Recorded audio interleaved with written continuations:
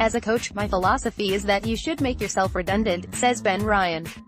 That's the dream. To hear Ryan appearing to write off his crap confuses. Then again, he is no ordinary coach. You should get your team to the point where you are not needed, he adds. You want to head to the stands, have a beer and let them get on with it. They know what they're doing. That was the condition Ryan's Fiji Sevens team found itself in by the time they thrashed Great Britain for gold at Rio in 2016, the nation's first Olympic medal. After almost 3 tumultuous years in the job, he felt more relaxed there than at almost any other game. I didn't need to be there, he says.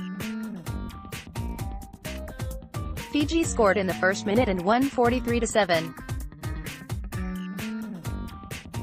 AFP, Getty Images. The road there was not smooth, as he charts in his book 7-7, which is out now.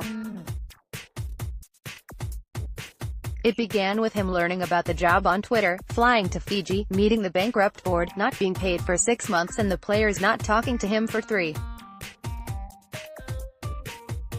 Along the way he encountered a murderer, severe poverty, natural disaster and endless politics and corruption. It is an engrossing account of a remarkable story. At the end of it all, he tells Standard Sport, I came back a totally different bloke. Ben Ryan arrives at a welcome party for Fiji Olympic gold medal winning men's 7 team in 2016. AFP, Getty Images. The book opens with a description of the risk-taking the job represented. After 6 years as England Sevens coach, the love for his work had gone. His last game was the final of the 2013 Sevens World Cup in Russia, the first time England had reached that stage in 20 years. I felt nothing, no excitement or joy when we won the semi, which was a great achievement, he says. I wasn't happy with me. I had arrived a sharp knife, a creative coach, but I felt blunted as I became part of the machine at Twickenham.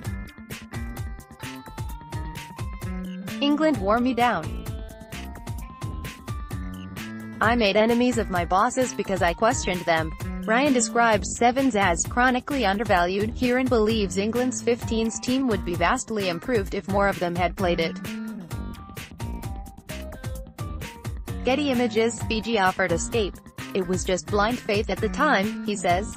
I immediately realized that Fiji and rugby could not be more different to the RFU. The headquarters are this old, wooden colonial building, but it sums things up. Beautiful outside, chaos inside. Beautiful chaos. Early on, I wondered what the hell I was doing, but I stuck at it. The challenges along the way were significant. Facilities were rudimentary. A monumental 44-0 win over New Zealand in Dubai in a tournament they won bought him respite from politics, while the players eventually started talking to him, but only when they learned he had not been paid a penny, months into the job. He quickly learned how to communicate with them. Fijians, he says, have incredible emotional intelligence, and say a lot with tells and cues. You can order a taxi with your eyebrows. A Fijian reacts during celebrations for their gold medal victory. AFP, Getty Images. Ryan realized his team responded well to stories and songs. The one time he can remember getting angry with them, they made a song about it. Iron Lion, Ben Ryan, borrowing Bob Marley's tune. They kept singing it. It's hard to stay angry with people like that. Fijian teams were erratic, so Ryan asked why. He spotted their high-sugar diet, so banned sugar. Carbs went too, and with the Olympics as a common goal, the players bought into ideas alien to them. The end result, he says, I was sport at its purest. They were talented, athletic, enjoying themselves and laughing. It was a very special group. Ryan returned to London after Rio and is coaching and consulting. He could yet become general manager at Harlequins. He has a tattoo on his wrist, which reads, "Bei Lamani," which means, love one another. You see it every day there.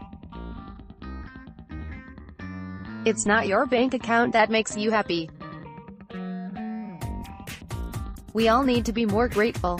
Sevens Heaven, The Beautiful Chaos of Fiji Olympic Dream by Ben Ryan is available now in hardback by Weidenfeld.